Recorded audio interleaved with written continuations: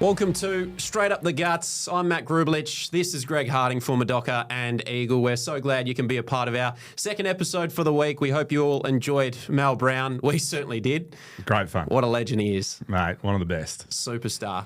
Geez, he doesn't hold back, does he, Mal? No, that's what you love about him. Yeah. There's so few of those people in the world now that have, or in the footy world, that have that level of experience. It's got that resume of coaching, playing, standovers, premierships, cracking blokes, and then has no filter.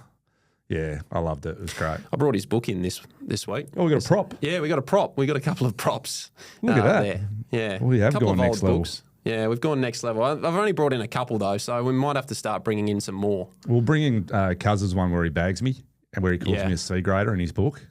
Oh, you got to tell us that story. Yeah, well, he in his book, I read his book, and I only played like a couple of years with him.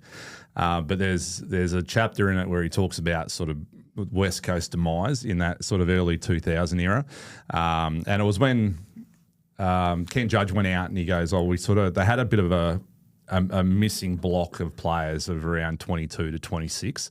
So he saw a need to go and actually recruit those players. So he got me, Michael Kolekar, Michael Pryor, Mark Miranda, who were all sort of big. But Collie was probably the best of us, I reckon. Like Collie was nudging A grade. Like I think he came second in the first and best in 2002 or something like that. Anyway, so he's gone and got me, and I was a genuine D grader. But then Cuz has come out in his book and he goes, "We fucked it up." Judgy went and got all these spuds basically, and Harding, they're all C graders and stuff like that. I was pretty proud because I thought I was a D grader. But he was 100% right. Yeah, at that point in time, West Coast cooked it. Is Cousins the hardest trainer you've ever played with? No, because the funny thing was on the track, guys like Michael Braun, Jones, Judd, Josh Wooden, Fletcher, Callum Chambers, mate, they'd flog the shit out of Cuz on the track, on the training track. And that period of time when West Coast just went next level with a guy called Stu Cormack who brought in this new way of training. I've never seen training like it. Like Embley was a better runner than Cuz. But Cuz was just the biggest beast I've ever seen on field. Like his ability to hurt himself in games was unsurpassed. I played with a guy called Craig Callahan, who was an absolute spud when it came to running on the track and in training in games, in training in pre-season. Couldn't run out of sight. Like they always talk about 2Ks. Now I reckon Callers would run an 8-minute 2K, but Callers had an ability to have a Mars bar and a can of Coke, go ADHD on everyone, and just run and tackle and play like a thrashing machine. And Cuz, some of the stuff I saw him play, I played 9 games with him. I remember distinctly a game against Western Bulldogs where I looked at him and he was white. He throws up on field at the top of the defensive 50, just stands up, puts his hand on his head like he used to do. He used to do this one, like that. Suck a big lung full of air in, decompress, run to the middle of the ground and do it all again. And he was, mate, I've never seen anyone with the ability to hurt himself in game in terms of endurance and running power. I think Robert Harvey was similar to that, wasn't he? I think so. And look, I never played with Robert. I played against him and was in awe of his movement and so forth. But yeah, shit, mate, if there was a better on-field runner with the capacity to hurt, it was him. You mentioned the Mars bars, Cokes, whatever. Yeah, that was true, by the way. That was true with Callers. I can imagine. Yeah, a bit of sugar. Yeah. Callers went nuts. Yeah. It was basically performance enhancing sugar with him. Did you ever have the Coke at halftime, like a Coke can or a Pepsi or whatever? Coke. Let's not go too far. But I had to clarify that one. Nah, you know what I tried once? Dale Kickett, right, and this is a true story. Dale Kickett used to get a little cardboard cup, fill it with about 10 spoonfuls of Nescafe, stir it up into a paste and then drink it. And he swore by it, right? So I got dropped in 1996 early and I went to Joondalup to play West Perth and I went, I'm going to try this. So I mixed up the paste and drank it. And I don't know, in terms of a caffeine doping scandal, but I've got it 100% right. I've never felt better in a game of footy in my life. Wow. Yeah, and then I reckon I had it. I must have had it 30 odd times off halfback, which I never did because I was a bit of a spud. But I did it, got it right, felt amazing. Next week I did it, fucked it all up, and then had the worst diarrhea. I was sort of half frothing out the mouth. Couldn't have felt worse. And then that's when I parked the caffeine attack. But yeah, the best thing for footy back then was Sudafed. Because you're always getting out of planes and hotel rooms and aircon. You're always cooked. Middle of winter, always had a flu. And back then, you could just pop Sudafed, and that's what we all did. We'd have a couple of Sudafed before the game, couple at half time, just cleared everything up, made you really, really alert. And then the AFL came in and did some testing and realised that every player in the competition was chewing on Sudafed every game, and then they outlawed it. So that was the best thing I had for footy. Well, they've made some changes again to the drug policy in the AFL. We might touch on that briefly if we get some time. And I was thinking, just when you were saying about some of the dietary stuff that you used to do in footy, there's that famous or maybe infamous quote from Cuz, bringing it back to him. I didn't even butter my fucking toast. Nah, he was ripped. It's probably... Yeah, it's an interesting one when you talk about Cuz, because those blokes just went next level, in terms of their preparation as well. And with Cuz, it's an interesting one with what he was sort of doing at the time as well, socially. That sort of stuff strips you real bare as well in terms of body fat as well. So, yeah, it's an interesting conversation with that sort of stuff that he was getting into at the time, because he was training at such a level. Right, and then socially, when we were all out and we were all drinking, we were alcohol drinkers, right, and beer drinkers, which is the worst thing you could possibly do at AFL level. Not only for all the carbs you put into your body, but then you wake up the next day, you feel like shit, you take a day to respond, your recovery shit, all those sorts of things. So when socially it all changed in the early 2000s, I've got no doubt in my mind that there was a performance-enhancing aspect to all of that. Oh, no doubt in my mind, because what happened, they train like lunatics. Right, and this is the whole competition. This isn't just West Coast. So everyone goes, "Oh, it was West Coast problem." This is the whole competition, mate. Widely known. Adelaide, Sydney had the same issues. It just wasn't as outwardly, seen in the media as what West Coast went through. But mate, when you're training at a level and then you go socially and you're putting that sort of substance into your body that raises your body temperature, raises your heart rate, strips your body fat down to 0%, right, and then you're doing everything else right on the training track and in terms of your diet, no doubt in my mind that it gave a lot of clubs a real edge, the ones that were doing it. Because to compare it, mate, you remember Jared Waite at Carlton, who was loved his tins. Yeah. Everyone used to bag shit out of that bloke, even his own team, even his own fans. He was fat. Yeah. Because he liked to go and have 8-10 beers after a game. Maybe he should have gone the other way and he would have been more revered and he would have been a better player because he wouldn't have carried the weight. No doubt. Players today, it's still a vice, isn't it? Yeah. And it still happens. Yeah. The way I explain it, mate, is and my mum's given me a spray listening to this a few times, my old mum. And happy birthday to her. She turns 78 tomorrow. Well, happy birthday to Friday. My sister as well. Oh, really? Who, turns 26 today. Good. The better sibling. Good. But my mum will give me a spray for this because she listens and she doesn't like me swearing, old shell. All right. But, yeah, what were we talking about? What's my point? Advice, your mum's giving you a spray. Oh, right, here we go. Right, so sorry, I lost my train of thought. Back in the day when I started at Freo and every social event we'd drink, right? And I've stayed away from drugs. I've never done drugs in my life.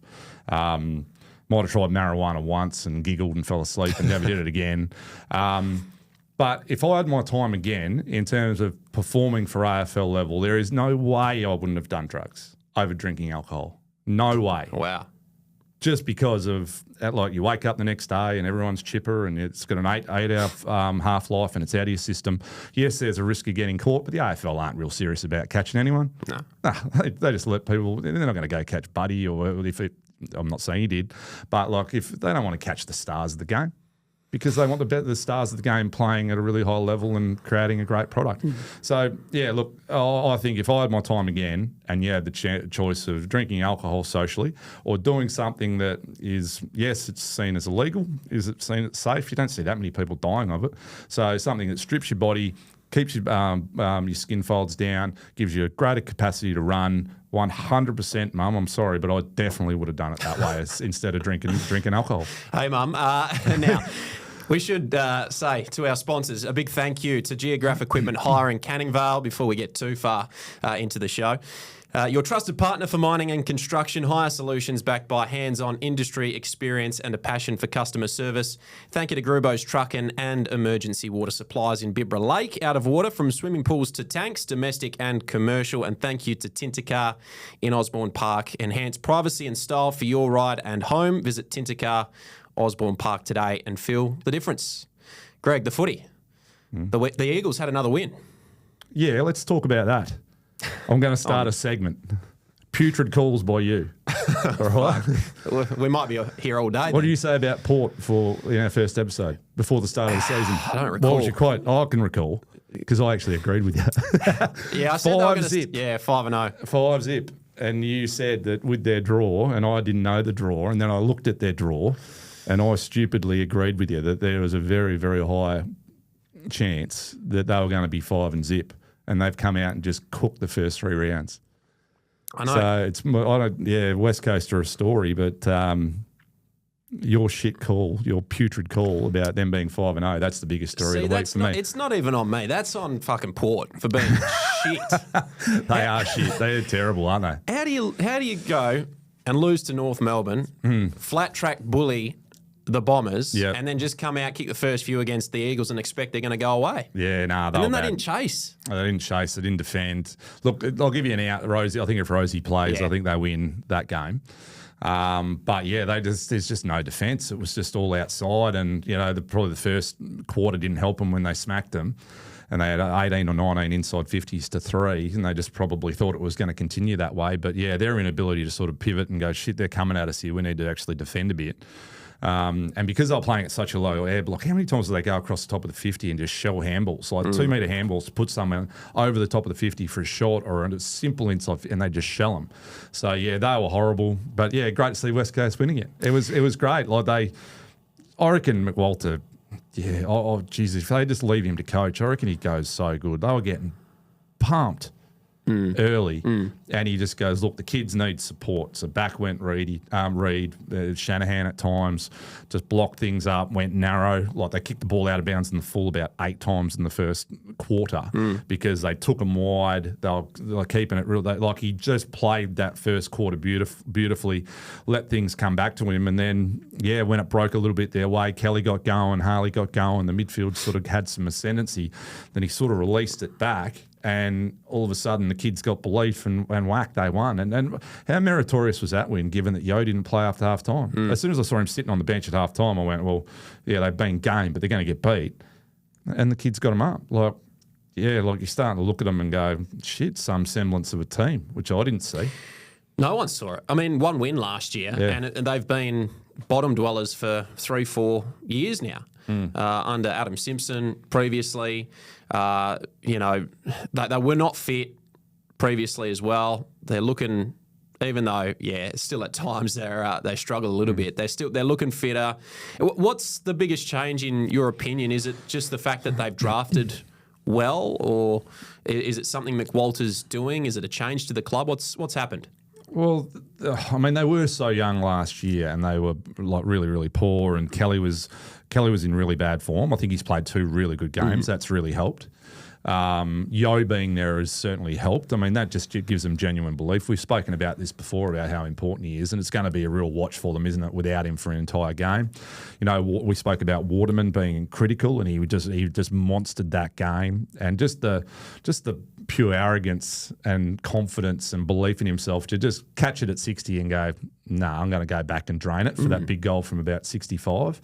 They went over the fence. Like, that's how far he kicked it. But he took it upon himself to win the game, and that's what they just didn't have for the entirety of last year. So, it's Dersma's looking like, we thought he'd be in the mix for the rising star, which he certainly is. It's a Jagger Dersma race for the finish now, and there's real solid performance there. There's real solid performance out of Harley now. He's gone to another level. And the 3 tall, Shanahan, Reedy, and Duff Tytler, Reed and Duff Tytler are starting to take a couple of steps. So, all of a sudden, if they can just hang on, they're not out of the woods yet, mate, with Tassie coming. Can they hold Dersma and Harley Reid at the end of next year. That's going to be a real watch. Can Yo stay on the ground? Can Waterman stay on the ground? Can Starcevic come in and add another layer of strength to their side? So they're still not out of the woods in terms of climbing up the ladder. But, yeah, we said 5 or 6 wins at the start of the year.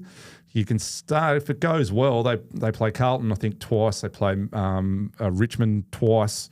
They get some really bad bottom 6 sides, and some of them are at home. They get North Melbourne at home again. We said 5 or 6. That could potentially become 6, 7, 8, and that'd be a huge result for Mick Walter. If he get him to 6 or 7 wins, that's a huge result for West Coast. It'd be massive. Job Shanahan, I mean, what a mark he took late in the game. I think he was superb. You mentioned Harley Reid, really good game. I still think he's got to get the silly stuff out of his game. Gave away a high free kick late when the Eagles were inside 50, gave Port the ball back and gave them a chance to go down the other end and potentially score a winning goal. Didn't happen. But I just think that stuff, he's just got to be so much more disciplined in crucial parts of the game. Yeah, I think he does, but I think for the most part he's getting it right. I think last year and his first 2 years, I think that arrogant behaviour and the childish behaviour I agree with you. It wasn't at the level where it needed to be in terms of being measured and mature and be able to do it at the right times. But I think for the most part, I've seen a shift in his footy. He's fitter, obviously, he's strong, all that sort of stuff. There's been a shift in his footy. He's taken a jump, but I've seen a jump in that side of his game as well, in my opinion. I'm not saying he gets it right all the time, but I reckon he's up to 80, 90%. He's getting it right. Like Comden one last week was perfect. Yo takes a catch, he's aggressive, he goes at him, he gets clipped. I've got no problem with that sort of behaviour. I think he's starting to get it 80, 90% right. Now, you mentioned with Tassie looming, the Eagles have got to be careful. Are you sure? A player's going to want to go over when a stadium isn't going to be built till, I'm hearing 2031. At the earliest. Is Tassie coming in looming? I don't know what's in my throat. Is it looming? Yeah, if they need the stadium. I heard Eddie Maguire talk about this last night, and I thought he summed it up great. If they don't have the stadium, don't take them down there. They're going to get pumped, right? And so how bad's it going to look when they're playing at a district ground, basically, and they'll get crowds early, but then they start getting pumped by 80 points, which they will, right? And there's going to be a sustained period of them getting beat, you'd suspect, at those levels, like a Gold Coast did, like GWS did, like all the new teams do when they come into the competition. I think they have to have a new shiny stadium to support a crowd going to the football, because there'll be excitement early, but it'll drop off pretty quickly if they're sitting out in 0 degree conditions and it's raining and it's windy and all those sorts of things. So, yeah, I'm starting to see a shift, I must admit, mate. Eddie's talking about the stadium, but he also sees the problems with Tassie coming in and affecting the quality of the product, because we've just sat through it'd be easily the worst Sunday of footy I've ever seen in my life, and I think everyone agrees with that in terms of quality. And I think people are starting to... It's a bit of a stretch, isn't it? No. Did you see the first quarter against North Melbourne West Coast? Yeah. Did you see the first quarter against... Yeah, did you see the first quarter against North Melbourne Essendon? No, I didn't see that one. Yeah, you're lucky. You're a better man for that. And then the last game of the round in Carlton and Melbourne was, it was an absolute disgrace for quality. Surely there's been a worse day of footy though. Surely there's been a day where there's been some torrential rain and no one can kick straight, slipping over. No, surely. In my mind, that it has to be like you'd probably be able to find another one based on conditions, but in terms of 6 horribly skilled sides that can't handle the footy, can't kick the footy, can't hit a handball, all those sorts of things. I don't think there's been a worse day of footy seen at AFL level. And that's not being melodramatic, mate. They were all bottom 6 sides, right, on their knees for talent, and it was absolutely unwatchable. And we want to bring in a 19th team and then eventually a 20th. Correct. And that's what I reckon even the people in the media who are getting paid for their opinion, so they're not really in a position to actually whack the AFL or whack AFL house, because that's they're biting the hand that feeds them. But even they're starting to look at this and go, geez, these bottom 6 sides in the AFL are so bad. So we're adding a 7th one, which in turn weakens the other 6 and weakens the competition. They're starting to look at it and go, we can't do this. We're expanding too quickly. Let's put the brakes on. So I think you might find there's a big push to hold Tassie out, and they'll use the stadium as an excuse. Yeah. So 28 is when they're scheduled to come in. But yeah, if they don't have a stadium by 2030, yeah, it's not looking great, is it? No. You mentioned the bottom 6 sides there. You mentioned Essendon, you mentioned Carlton. Whose sphincter is tighter at the moment between Vossi and Brad Scott? It's definitely Voss. I mean, Voss is done. Voss is gone. They're both gone. They're just on borrowed time. It's just a question of when now. You know, you're already starting to hear the unrest with the board at Carlton, and when you start to hear that from behind the scenes at Carlton, you know it's over.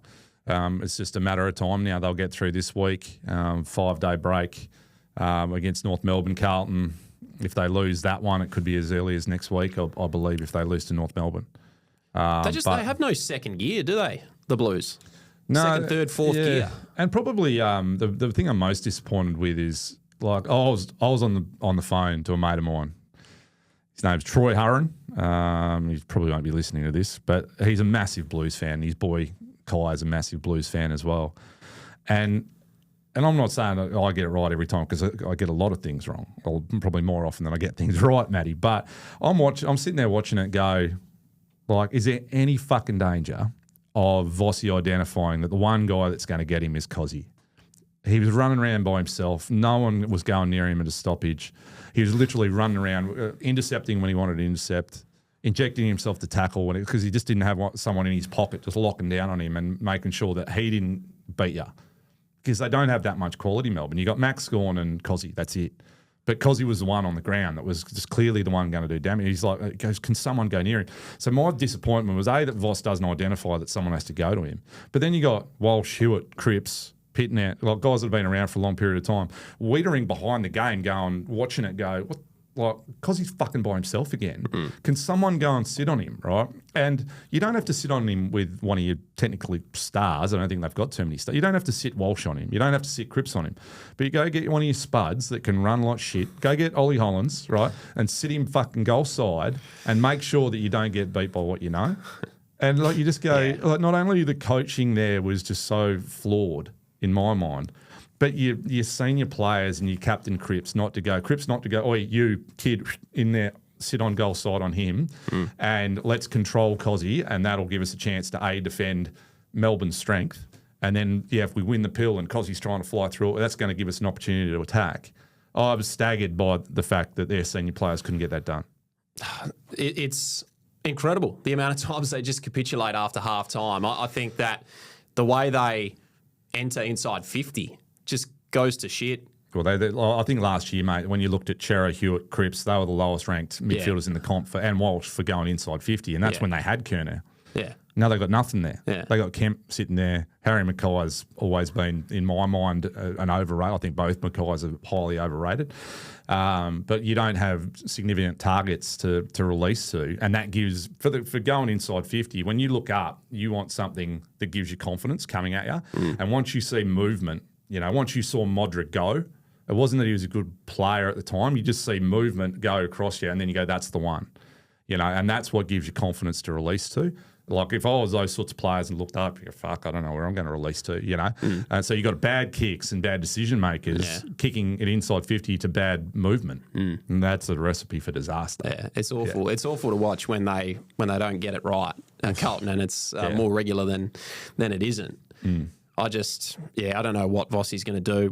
I can't recall. Was he coaching on the bench or from the box again? Went to the bench. He was sort of standing there. He wasn't. Like, why coach on the bench if you're not actually communicating with your players? And he was just standing. You could see it was done. So surely, someone from the box is seeing what Cozzy's doing. And a lot of it, mate. There's not that many good people that see it that quickly, mate. Really? Honestly, nah, mate. But how do you see it watching on TV? What's that? How do you see it watching on TV? Mate, I'm not saying I'm a genius, but.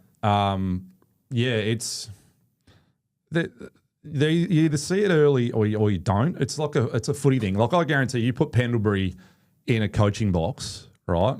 And this is why Sam Mitchell works as well. Is those guys that were slow, they're slow, their movement doesn't get them through. They have to see the game quickly and be able to react to it really quickly. And they're the ones that make good coaches, the ones that see it and can see trends coming they can look at the whole game and see 36 players and look at it and go, oh shit, that guy's dropped off at the wrong time, or he's pushed at the ball carrier and it's popped over the top and given you a numerical advantage. They see that, but some people just get into a fan mode. That's what coaches do. And if you don't have the right coaches, then you get the majority of them that are like that just track the ball. They'll just track the ball and act like a supporter and be really happy if you kick a goal, or really, happy if you lay a tackle and it works out well. But they're not watching the game analytically and watching it for exactly what's happening. And there's a lot of coaches out there that just because you do a level 3 doesn't automatically mean that you see the game quick. Yeah, and I think Vossi, when you think to what sort of player he was, would you say he was a more inspirational, hard, just see ball, get ball type of player, or was he a more footy IQ based player? Oh, he's pretty smart on field. Yeah, he was pretty smart. It has been a surprise to me how limited he looks for someone that I love that bloke so much as a player. I almost wish he didn't coach. Like that's where I'm at now with him, because I just loved him so much, and I know everyone did. And now you get this rhetoric and stay in the moment and be where your feet are and enjoy the journey and all this wank. And I just wish he didn't coach, because we're going to remember Michael Voss, or this era of player of supporter is going to remember Michael Voss for his really, really poor coaching record at Brisbane and Carlton, and not for the fucking superstar he was. Do you think there is an element, and I can't speak to this because I wasn't a superstar AFL player like Michael Voss, but he was always the best player on any list, right? And he was always the one that's going to go out there, lead by example, not have to be told what to do, but he could just go out there and do it. Does he have the ability to understand what the 23rd best player on a team is going through, is thinking? Does he have the ability to understand what the 50th best player on a list is going through? I mean, that's why you've got support staff around you, but yeah, maybe not. Like I've come across those coaches before, and his name escapes me. I've been hit in the head too many times. But who was the coach that was at West Coast and then went to Coach Peel years ago? Star player. Coach Subi to premierships. Schofield. Nah, the one before Schofield. Talk to me about him. Yeah, it's gone out of my head now too. We'll overlay it when we remember who it is. But mate, he was a superstar player, and I had a feeling, well, he was there when I was at West Coast, and I had Robbie Wiley as an assistant coach as well. And the good coaches have an ability to look at a player who may not have been as good as them, right, and still be able to coach them and find ways to improve negative things in their game. But I've come across these coaches, and this bloke was one of them. Lovely bloke, successful coach, but he would look at a scenario and in his head see how he would have reacted to it, and he couldn't really accept how you would, because you couldn't do it at his level. So it really challenged him. He'd look at you and go, this bloke's a dumb fucker, like for him to be able to react to the scenario like that. So I have come across coaches like that.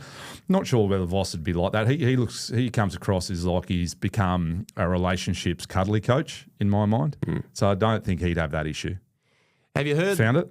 No, not yet. Not yet. I'm trying to find it. The WAFL, sometimes I don't have the best. No, my head's mush. I was going to say Schimmelbusch, but he played at North. He went to North Melbourne and played and came back. Here we go. I'll get it in a second. Have you? Yeah, I mean, speaking of that, have you heard? Will Dersma spoke to the media yesterday and talked about love and all this sort of stuff that the Eagles are bringing in. Yeah. We spoke to Mal Brown. Yeah, there's no love there. There would have been. He would have just. Did you read? The coaching report that you put up? There was a mid-year coaching report. Did you read that? Yeah, mate. That is some of the greatest gold you've ever seen. Mal just going, all these people that are playing for me leading into the second semi-final, they're all shit.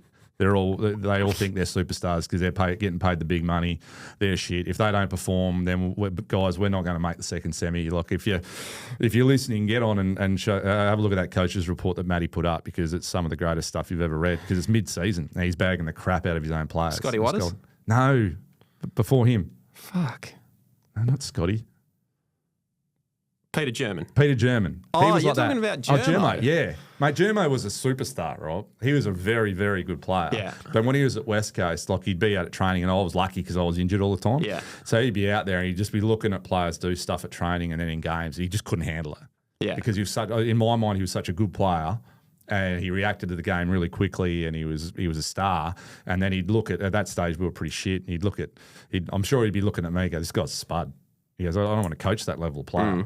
That's the feel I got from him. So he was a great coach when he had quality at Subi. But yeah, I think when he's got a team that's not up to the level, I think he would have battled a bit. Did he go coach Peel?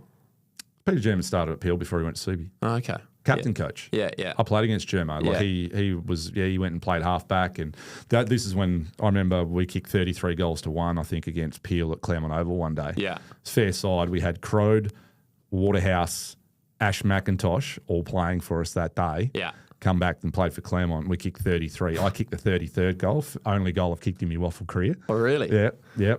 Landed on the line. They got so disinterested that the ball, I had a shot from 55, set shot, and it landed on the line and bounced through because by that stage everyone had lost interest. But Peter German was captain coach that day. There you go. All right. Well, speaking of Peel, the Dockers alignment, why don't we segue into them? 60-point winners over the Tigers. They kicked 13-25 back on Saturday. So had they have kicked straight, could have won by 100 odd, which I think is something they need to bring into their game against poor clubs, is they need to start really smacking them. Which they haven't had a habit of doing in recent years. I think they're on the right track. Looking dominant through the midfield, forward line, back line still slightly a question mark at times, but they need to get their troops in there. And some games under their belt. But for a Saturday, wet conditions, you'd take a 60-point win. Yeah, it was looking slightly shaky, wasn't it? Yeah, early. I really like what Richmond are serving up at the moment. They were fantastic against Gold Coast in the first half last week, and again on the weekend. It's just the kids are getting tired, and once a team gets hold of you, it gets pretty tough. So I like what Richmond's doing, but I also like what Freo did as well. They were powerful in the second half. They were probably below their best. It was pretty greasy. It was a messy old game early, and the only one really going was Tracy, who was just clunking the shit out of everything. And I think he took 9 marks in the first half. And if he had a kick straight, it would have probably been over at half time. But I was really happy with the way they dominated the game. Darcy was better against a pup. Nankervis didn't play, so he was sort of putting it where he wanted. But yeah, I thought Freo were sound. And again, I think Johnson Erasmus, the story is their bottom 6 looks stronger, and especially on the back of Johnson and Erasmus, and like a kid like Sherry coming in and just making that bottom 6 watertight. I think that's where the great improvement in Freo will come this year and elevate them from finishing sort of 5th and 6th, push them into the top 4 and give themselves a double chance to actually make the grandy. And it's the improvement out of that bottom 6. What I love about Josh Tracy is when he attacks the footy, there's no going up with one hand. There's no trying to manoeuvre himself around the opponent. It is straight through. And that's what I love about him. Yeah. I remember watching him as a kid, and I thought he was on tram tracks a bit. I thought his movement laterally was going to be an issue, but I think he sees it off the boot really quickly. It's really interesting with players. And a little story, if I go back to my time, is I used to do a hell of a lot of training down in Salter Point with Percy Johnson at his property. And I used to do a hell of a lot of training with Mark Gale, because Mark Gale, contested mark-wise, was a goat. He was horrific. And we were down there one day, right, and Percy goes, where are you reading the ball in flight, Mark? And he goes, probably when it gets halfway to me. And I'd play on Mark, and Mark Gale's a way better player than me. All right, beautifully skilled, 6'3", could play St Kilda Freo, very good player. But one-on-one in a marking contest, if you kick 10 in the air, like I would beat him 8 out of 10, and the other 2 would go on the ground. All right. And Percy said to him this one day, he goes, "What? Where do you see it?" And Mark was reading it halfway to him. All right. And whereas when you read the ball, like come off the boot, you see it come off the boot, and that's when you move. And if you're the first to see it come off the boot and go in the air, then you can take the position you need to be and manoeuvre your body to control the opposition to catch it. So I would flog Mark. Once Mark worked it out, Mark flogged me 8 times out of 10 because he was bigger, stronger, and better. But it took Percy to work out where it comes from to work out what was going wrong. And Tracy, to your point, he can straight line the drop of the ball at pace and with strength and with that huge big kahuna body of his, and he can do that because I reckon his timing off the boot is impeccable at the moment. As soon as it leaves the boot, he's first to step, and because he's first to step, he's in complete control of the contest because of his size and ability to catch. Hayden Young, how concerned now? What's he out to? 3-4 weeks? Something like that. Yeah, massive problem. Yeah. I still don't think they can win it without him. Like there's two major positions. There's if Tracy goes down, I don't think they can win it, and if Young doesn't play in that midfield, I don't think they can win it. It's just another layer of quality that they need because it's going to be really tight, don't you think? That's why it's lining up at the moment. Bottom 6 teams are shit. Middle 6 teams with the St Kildas and so forth and the Collingwoods, they're okay. They're going to win their fair share, but they're going to win 10 games. And then you could see the Western Bulldogs, Gold Coast, Brisbane, who flexed a bit of muscle last week. Freo, it's going to be really tight at that top end, isn't it? So, as you said earlier, percentage is going to be really, really important, and having your best players on the ground is going to be incredibly important. Certainly is. Hey, Luke Ryan, how do you think he's tracking at the moment? Good. I think good. Yeah, you don't? He's going okay. I think he's going well enough considering his prep. Yeah. I think he had a poor prep in the preseason. I think it's handy for them that they're catching some bad sides, and he's had a couple of games now to come in and play against some average sides which they've been able to whack in Melbourne and Richmond. This will be the test this week when you sort of got Fogarty, Tilthorpe, Taylor, and he has to go to a good one. That'll be a real test for him. But I think he's had a couple of, I was worried about him 4 weeks ago, but now with 2 runs under his belt, he's looked reasonably solid. I think he's realised he's off the pace as well. So I've seen him be really measured with what he does. He sort of doesn't bite off too much. He doesn't come off his man and try to impact. He's sort of sitting on his heels more than he ever has. He hasn't been getting huge possessions like he normally does because I think he's just been going, okay, my body is in a position to sort of defend and then attack, so I'm going to sort of sit on my heels and just do the basics. That's what I've seen from Luke, and I've been really happy with that because at times I think he can zone too early and get hurt against good oppositions. Yeah, okay. All right. Don't mind it. We might bank that and just see how he goes moving forward. I think it'll be a better call than Port Adelaide will be 5-0. Yeah, I think so too. We're going to do some predictions actually.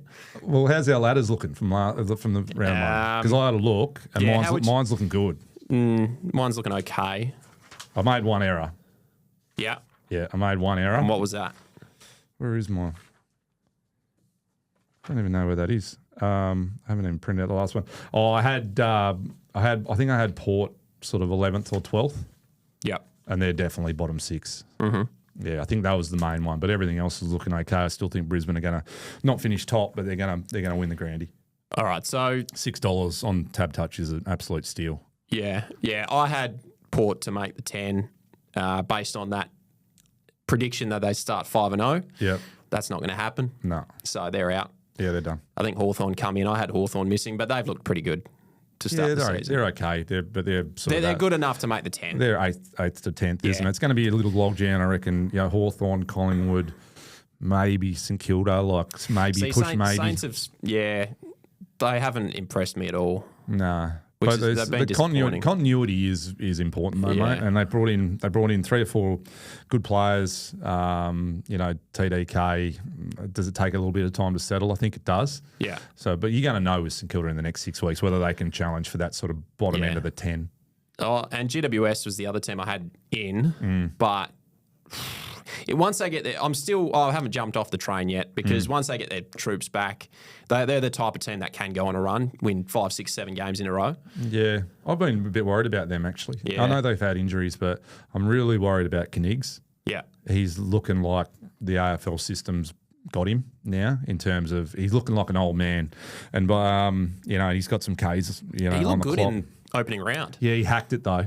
No, that was when he was fresh. You watch him closely now, and he's not with ball in hand. He hasn't got in my mind, he hasn't got the confidence in his body to stand up in the tackle with his hips, and then make something of his disposal. He's turned into a bit of a hack kicker. And just move the ball forward under pressure, and that's I think a mark of someone that doesn't have ultimate confidence in his body. But that doesn't worry me as much because they'll get Kelly back and a few others. Obviously, Green's not coming with that ACL.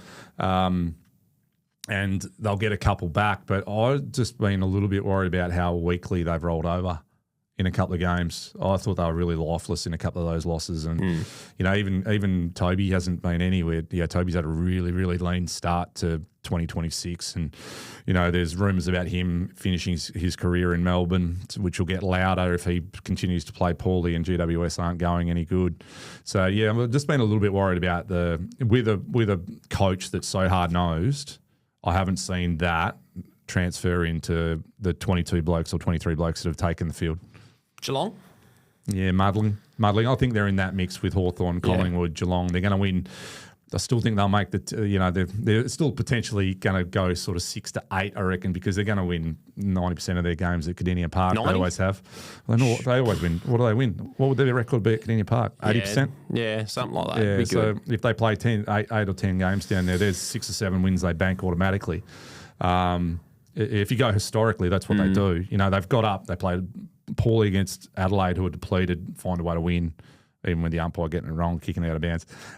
They were getting smacked against against Freo. They found a way to win. They just win down there, mate. Yeah. So I think they're going to finish sort of 6 to 8. Yeah, they haven't convinced me, but no, we'll see how we go. Yep. You mentioned the Tom Atkins incident. There was one with Isaac Rankin. So the AFL, again, have gone and changed rules. What's the rule they changed?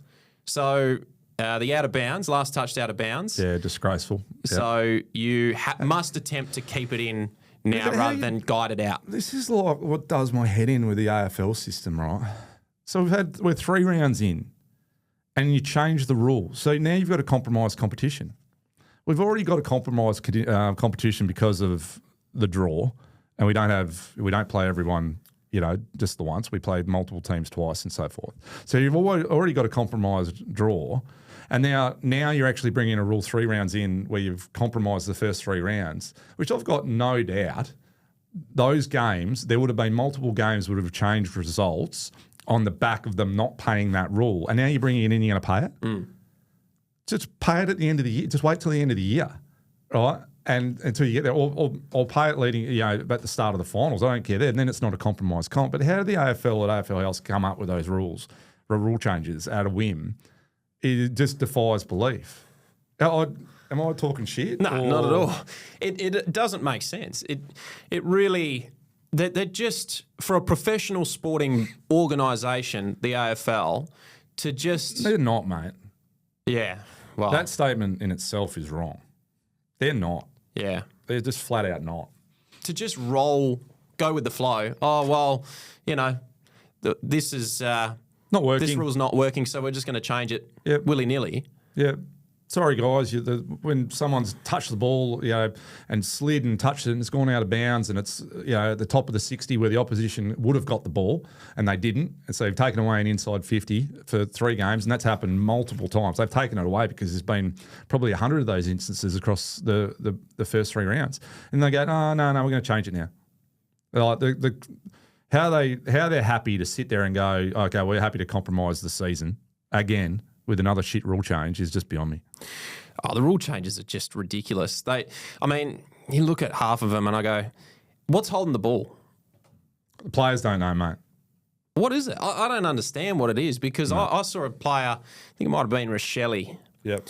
And it might have been Adelaide Western Bulldogs it might have been a couple of weeks ago now, but he picked up the ball. There's a pack of plays. He picked it up for half a second. He got driven into the ground, and the umpire's done him holding the ball. Well, Mal was talking about that. Like, that used to be in the back, when you carry someone forward and, the game against Carlton Melbourne was technically compromised and it came from Brett Rosebery, actually, who I'm a massive fan of. I think Brett's the best umpire and has been for 20 years, however long he's been doing it. But in that Melbourne game, the Carlton player 20 metres out from goal has picked it up sort of by instinct, got an arm up and got through one of the Melbourne guys who got a hold of him, and the second one came in, got him, and Brett just went bang and fired it, which... Technically, they'll say it was correct because he took on the first tackler. But in terms of common sense and umpiring it with a bit of feel, I think Brett would say himself, I'd love to get Brett on here and talk about a multitude of things, but I think Brett would say himself he might have just pulled it a little bit quick given the circumstances. But yeah, like the players don't know. Watching the game, you don't know what it is as a supporter. The coaches don't know what it is and the players don't know what it is. I think the umpires get lured in as well to calling holding the ball because of what they've seen in the build-up to a play. A team can be fumbly, right? I could hold the ball for 5, 6, 7 seconds, nearly lose it, just evade the tackle, quick hand pass out to you, then you get crunched, ping, and you're pinged holding the ball when Correct. you just got it. Yeah, correct. But the umpires kind of get suckered in to go on the build-up to the play. And the build-up of the crowd. Yeah, the build-up of the crowd. Because of that, because of what you're saying, Yeah. and the build-up and the rise in anticipation from the crowd, the umpires feel that, mate. Yeah. No risk whatsoever, and that noise of affirmation that they talk about is a genuine thing.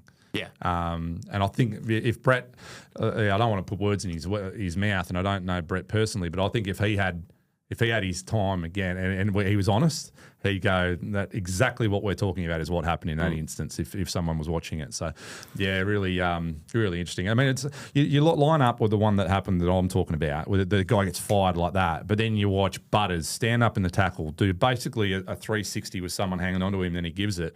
What's the difference? One guy's got 0.01 of a second to get rid of it. Butters has been given nearly a second in the tackle to release because he's got his arms out and he's cocking the handball. You know, like it's so ambiguous. It's grey. It's shit. It's shit ass. How do you determine that a kick has not gone 15 metres before the player takes a mark? No, you can't. You know, it's just on field. It's another grey area of the game. I'd like to see it go to 25, I must admit. No, we're talking about rule changes, and so I'm contradicting myself, but I'd like to see it go to 25 because I think that it encourages people to wheel. You know, like if it has to be 25 and you have to hit, even if you hit a lead up and it's right on 30, that player is going to be instinctively going, fuck, I'm not sure whether that's 25. He's going to be arcing and going and moving the ball quickly. So I'm just wondering whether that might be something we can look in pre-season. For fuck's sake, don't do it this year because they've brought in 40,000 rule changes and permutations around them. But I'd love to see us have a crack at two things. I'd love to see us making that 25 because of how hard it is to adjudicate 15. And also, if you kick backwards, it's Is it hard to adjudicate 15? I think it is. How? Because they're always running. The umpires are always moving and running, and there's a lot of shit going on for an umpire. You know, I just think there's so much for an umpire to try to adjudicate. We need to take things away from them, make the game easy to officiate. There's so much for them to do. So 15, it's a line ball call. But I'd love to see it go 25, and if you kick the ball backwards, it's play on. I'd love to see that happen. You obviously can't do it in the front half because if you took a mark on the boundary line 5 metres out and you kick it back in the middle of the ground for a set shot 20 metres out directly in front, that's got to be allowed. But around the ground, when teams are trying to kill the game and take time out of the game, I think if you go anywhere near sort of lateral and backwards, it should be play on. I understand what you're saying, that the umpires have got a lot going on. So, but the umpires, you'd hope, have been watching the game and have been a part of the game their whole lives, or just about. You and I have grown up with Aussie rules footy. I'm sure everyone listening to this podcast has grown up watching Aussie rules footy. Surely by now everyone can determine what 15 metres is. I find it hard. They get suckered in, the umpires too, with that because the clubs want to ease the pressure sometimes, or players want to ease the pressure off themselves. So on those dinky little 7, 8, 9 metre kicks, they just claim it. They just push back and go, and the umpires get suckered in and go, well, it's because they don't want to wheel around and have the pressure on them. Yeah. I still think it's one of the hardest things for them to adjudicate because it's not like I think sometimes, Matt, and I don't know whether you're thinking about this as well, is sometimes I think that people think that the umpires are side on to the play. So player A kicks the ball, player B catches it. Oh, shit, that's nearly 15. But it doesn't work like that. The umpire might be in my position. The kicker's on the boundary line over here. Like the leading player or the bloke on the 45 pushing in is here and you're going, shit, that's, like in terms of spatial awareness and depth perception, that's the hard one to adjudicate. And if you're in the wrong position and they get themselves into positions, I'm sure, where it's like, oh shit, is that 15? I'm not sure where it is, but I wasn't really sure that it was, so I'm going to pay it as a mark. So I think it's really hard for an umpire to adjudicate 15. There were talks that there was going to be another change. Do we put stupid lines on the ground? That's maybe where it gets to, like the NFL. Yeah. Potentially. I mean, we have those. You can't have that. The sort of the dark grass versus the lighter grass. Yeah, but those again, lines, that's which are longitudinal, mate. Yeah. What happens when it's across the line? You can't. It's a stupid premise. I don't know why I said it. So there was another change that was being floated for the game. Didn't happen. Grand final time slot locked in. Yeah, for another 2 years. I like 2:30 too. Yeah. Kylie fan? Yeah. I reckon it's great. Yeah. It's more... Like, Kylie's good. She'll put on a massive show, but it's more the fact they've gone away from the bloke that's been done for a million crimes from the US that only appeals to a very small demographic, and gone to Australian talent, which we've got a shitload of. Yeah. You know, AFL just got this one right. We can say they make get a lot of things wrong, but this is a beauty. You get Kylie, who's loved universally, internationally, and through Australia, and we get her back for AFL at 2:30. I love it. It's great. I think so too. I know a few of her songs too. Do you? Surprisingly, for a 49-year-old. Do you want to sing one? No. Okay. I was about to say something really stupid there and go, no. I shouldn't do that, should I? No, definitely fucking not. Definitely fucking not. That was a good song. We're going to clip that. Yeah. Actually, yeah, 100% you got to clip that. We can't show that. I'm sorry. You're listening to Straight Up the Guts. Hey, our WAFL starts. Oh, I can't wait. This weekend.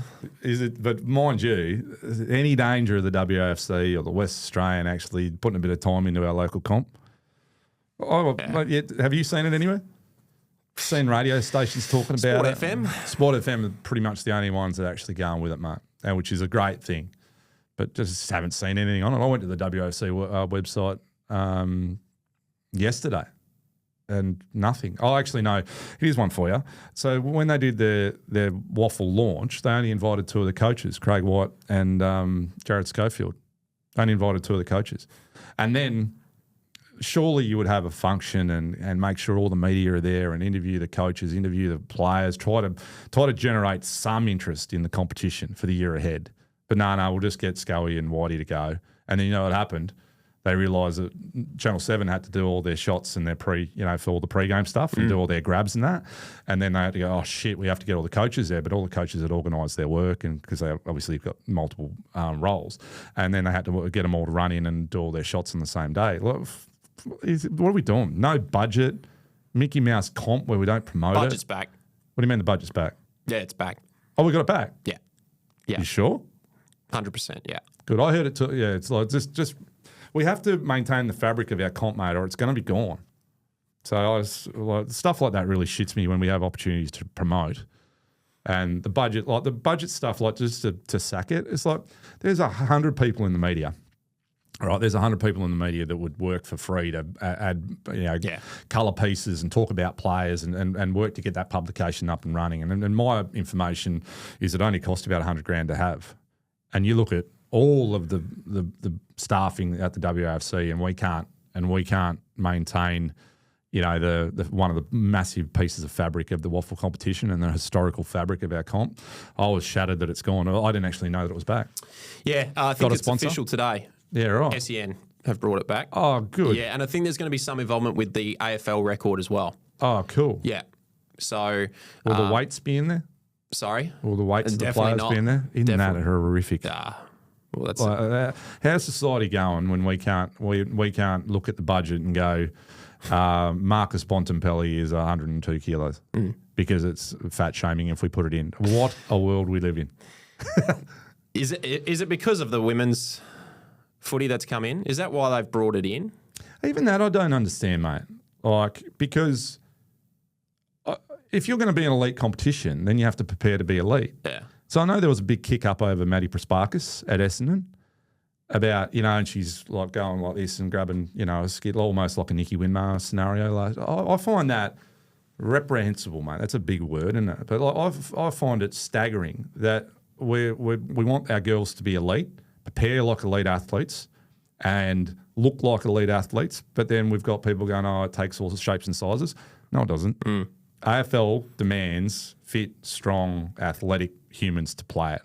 So the fact that they don't put the weights in for the girls and the boys is just, I think it's an absolute disgrace. It's just that shit wokery that the world has grabbed hold of that has dictated, one of the things we loved about going to the footy. There's Maddie Prasparkas, she's 70 kilos. There's who's another WAFL W player. There's a lot of really good ones out there. Oh yeah, Conti. Conti's 52 kilos, and you look at it and go, geez, she's doing a good job to be playing against that bigger girl or whatever it is, And it's not about fat shaming or calling out body dysmorphia or anything like that. It's just about athletic, professional people doing what they need to do, which is prepare their bodies correctly. Well, we spoke to Mal Brown, and he said that. Well, he went the number 100 because he'd put on fat. A few kegs, and he was fat. He didn't shy away from it, did he? Who was that ruckman at North Melbourne in the 70s? Not Crackers Keenan. Built like a brick shithouse, and not Crackers Keenan. He played for North, didn't he? I don't think it's Crackers Keenan. Now another name that I'm trying to think of here on this show. And we don't have. You've lost me. What, big, fat? Big boy. He was big. Mick Nolan. Never heard of him. Mick Nolan. Go check out Mick Nolan. We might, overlay it. Good player? Good ruckman. Good ruckman. 140 kegs it's listed here. Is that right? Yeah, on Wikipedia. You could get away with that back then, couldn't I? But geez, I've seen some big ruckmen that can play that were overweight. There's actually a guy that a young fellow named Cam Ukic. He's a big boy. Plays down at Swan Athletic. He's one of the most. He had a couple of years at Swans, and on talent, one of the most talented left footers I've ever seen in terms of ability. Just a big boy. If we could get him fit, he would have been a star. I think he wasn't that true ruckman size. Probably would have got him, but geez, he was a good player. Did you have a favourite team growing up in the WAFL? Yeah, Claremont. Yep. I was always Claremont. Yeah. Don't know why, because it sort of fitted that way with Albany being zoned to Claremont as well. But yeah, I was a massive fan of Stav, and I think if I had to think about it, I think it was because Daryl Panizza came from Albany. So yeah, it was, and the Cracker boys were from Mount Barker, and it sort of stemmed from that. And I had an uncle that was right into West Perth as well. So every year, I can remember from the day I was like 3 or 4, we had a packet of Smarties on who finished on top. So yeah, that's where I got fat, because I won a lot of packets of Smarties. We finished on top of West Perth a lot. Yeah, I was a South Fremantle fan growing up. Yeah. So where do we go now, mate? Because kids now growing up, they're all West Coast Freo, eh? Well, that's How do we make them? How do we make them follow the WAFL sides? Well, we've got to promote. We've got to make sure they know when the competition is on and starting for a start. Here's a question for this year. Would any kid in WA know that the WAFL's on? Yeah. How? Parents would have to know. Someone would have to know. Mate, it's turning into, if we don't promote, if we don't go to the schools, like back in the day, if you're a player that was at uni or whatever, you'd be doing clinics at the schools and going out and handing out passes and stuff like that. Yeah. That's what we've got to do, because we actually have to build a supporter base from the kids. And we do that through our community clubs, which we're not engaging through the WAFL clubs anywhere near as much, because the WAFL clubs aren't involved in coaching and all those sorts of things and improving the standard. But we need to get our kids that are in a position to do that are WAFL clubs, and there's hundreds of them, students and so forth. You give them $20 like we used to do back in the day, and go to High Wycombe Primary School and give the teachers a day off where you take the footy, and then take 50 free passes to the footy and get them to go, I want you to come down, and I'm playing on the day, and they come down to watch the bloke that took them on a Thursday for their footy session. We need to do stuff like that, mate. Yeah. It should be free for every kid. We should be getting that many passes printed for kids to get in free at the schools, and then those kids will bring their parents, and they'll go, I want to go to the footy. I want to see, Jesse Turner came to my school and did footy on the week on Thursday. Mum, I want to go down and see him play on the weekend. That sort of stuff. Like they're just little things that we don't do. We get people that go into the schools, but they're not our players. The majority of the time, they're not our players from WAFL land, and therefore there's no real lure to get them down. But imagine that there's 40 kids at school. They have a great session. Here, kids, I'm playing at WAFL on the weekend. I'd love you to come down and come and see us on the ground. Bring your footies, have a kick. We don't do that. We're running out of time, so some WAFL predictions before we wrap it up today ahead of the season. So we've given our AFL predictions. We'll hold each other accountable, no doubt, for the WAFL as well. So top 10, Sandover, Bernie Naylor. Is that what we want to go with? Let's go with that. Yeah, all right. I'll start with mine. I think Claremont to win the premiership this year. A lunatic. That won't happen. That's another one that I'm just going to put myself out there with. But it's now or are never. Are you just saying it? Are you just saying that for a joke or? No, it's now or never for them. They need to do it this year. Tell me what wins it for Claremont then. Tell me the players that wins it. Rogers, England, Old. Waterman. Well, they need to take advantage of these guys while they have them. Gowdy, Hunter. Did you see the finals? Yeah, last year? I saw they need to kick goals. Well, Hunter wasn't there when they needed to kick goals in the prelim. Yeah, Hunter's very hit and miss, mate. Hunter plays the game on his terms, in my opinion. And the other thing too, mate, Mountford, Rogers, those blokes had a really poor final series. Fumbly, didn't handle the ball well. Yeah, they're fantastic players, don't get me wrong, and have been for a long period of time. I can just see that Eastland's their star, he's their peach. But, geez, they got nothing out of Waterman, Rogers, Mountford in the final series, in my opinion. And I can't see they'll have great kids. With that.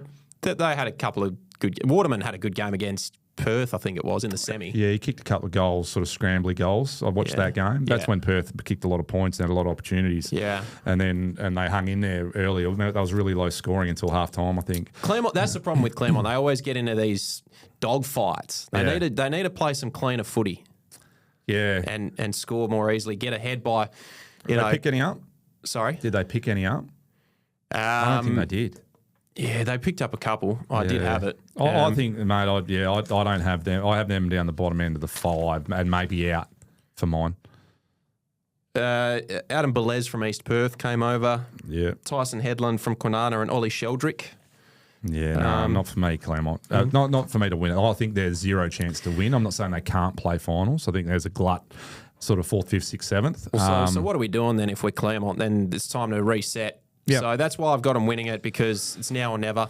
Perth to make the grandy but miss out, runners up. Yep. East Perth 3rd, South Freo to drop down to 4th, Subi come in a 5th, with Jared Schofield being there. Yep.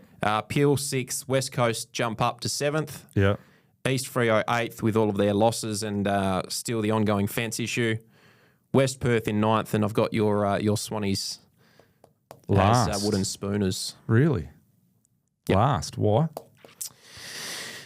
Geez, they got a number of injuries to start off with. They do. And can they score? Can they score? No, not at the moment. At the moment, I tend to agree with you. I think Swans will be 6th to 10th. So I'll get to Swans in a minute, but I've got East Perth on top. Right.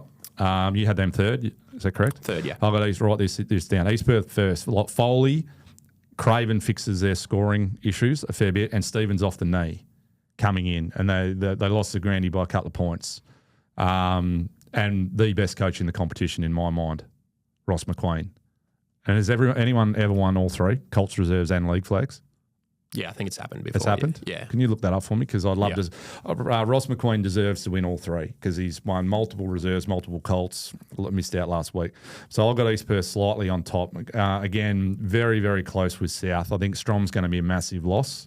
Strom will be the big one for them, not necessarily Sloyth.